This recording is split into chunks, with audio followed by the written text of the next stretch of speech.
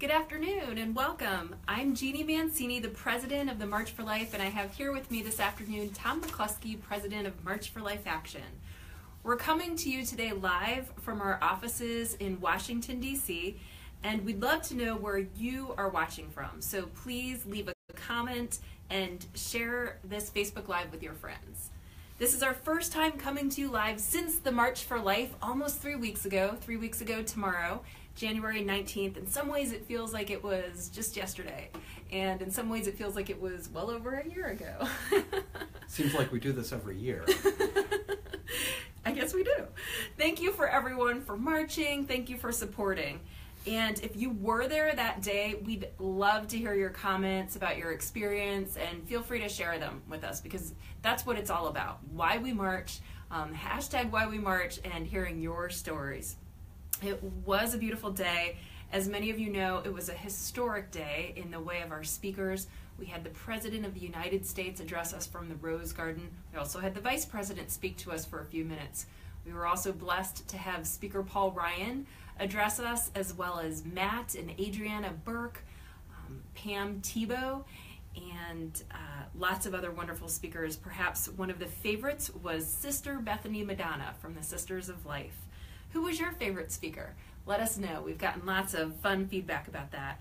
We also had quite a great group of pro-life members of Congress and wonderful messages from several of them. Tom, is there anyone in particular that you'd like to mention? Well, you already mentioned Speaker Ryan, and those who follow him on Twitter or on any of the social networks understand on how at the time when Speaker Ryan was speaking, we are not making this up, 2 eagles were flying overhead. We've had people actually ask us this, but no, we did not release those eagles. And it's not apparently that unusual an occurrence either, because at a women's march, Minority Leader Nancy Pelosi was speaking, and apparently 2 vultures were flying overhead while she was speaking. That's just a joke, folks.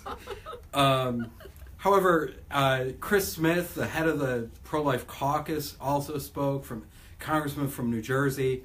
And you asked before about favorite speakers. My favorite speaker, and one I think will be one of those like Mia Love last year, Jamie Herrera Butler from the great state of Washington, who gave a very personal story. One she doesn't share that often, but which made it even more moving. And she was up there with her whole family, and her son even ran up to the podium and spoke as well to the crowd. Her daughter. Her daughter. Yeah, she was apologize. Adorable. I was a little closer, so I get to see it. It was her cute little daughter. Yeah.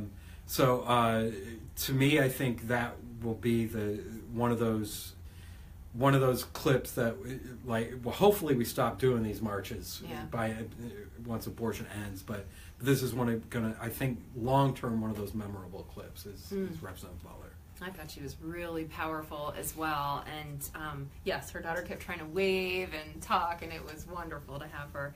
So as a reminder, this year was our 45th annual March for Life. It's kind of hard to fathom that in many ways, because when you consider when we first started marching back in 1974, we were hoping that Roe versus Wade would be corrected soon, and it's hard to believe that here 45 years later that we're still marching, that we've lost 60 million Americans to abortion. And of course, the March for Life is a somber anniversary, and yet it was still a beautiful and inspiring day, in part because of the speakers and the presence of the White House, and mostly, though, because of the young people that were there and their enthusiasm, their knowledge that abortion is the human rights abuse of today, and their desire to end it.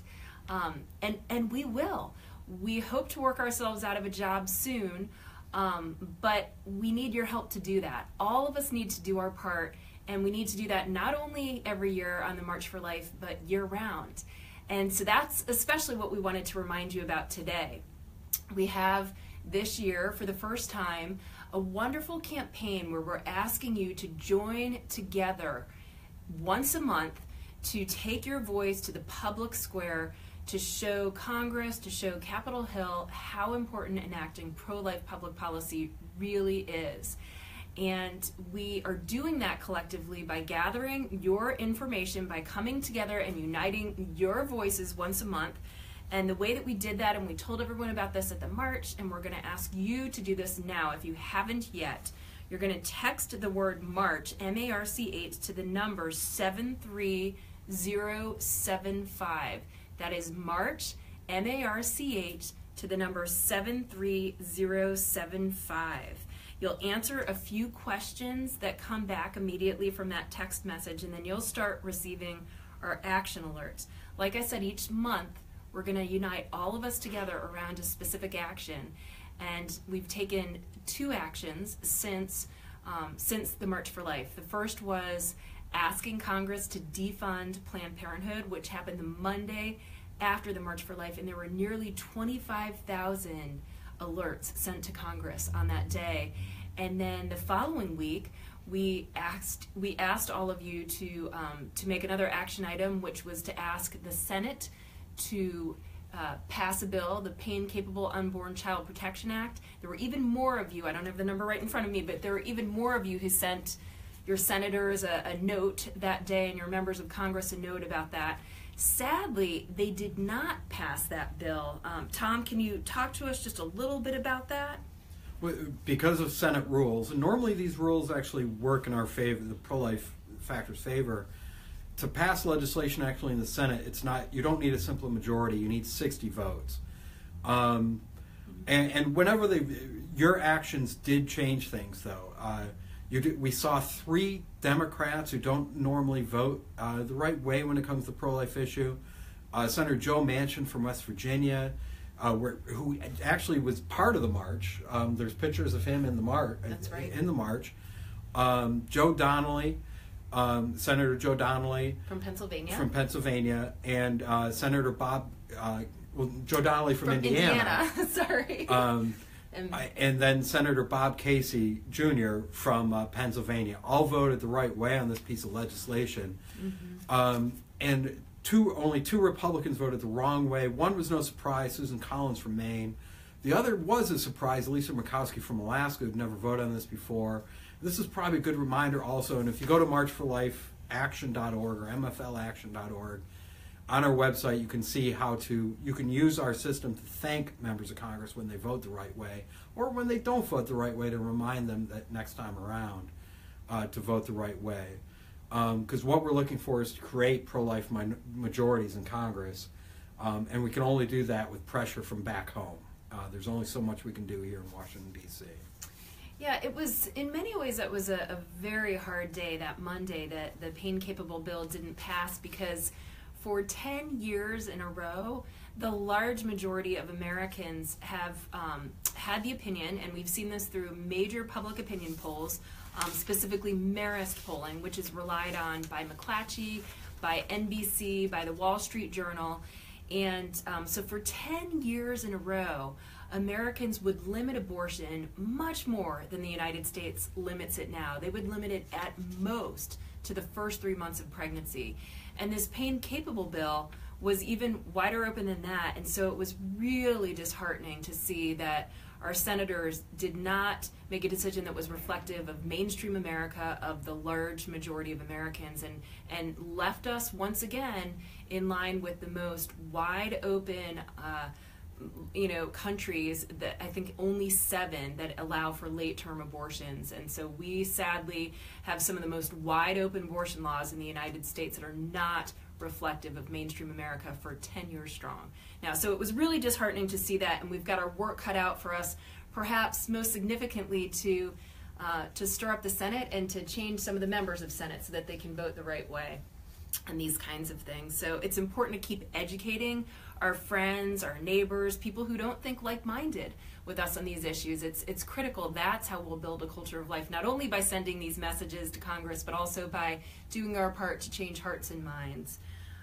There are many, many important pro-life issues that will be in the public square in the coming months, and we are going to continue to need your voice, both to educate hearts and minds and to make these alerts down on Congress at Capitol Hill. So again, text March, M-A-R-C-H, to the number 73075, and each month we're all collectively going to take our voices to send information about the most important action items on building a culture of life.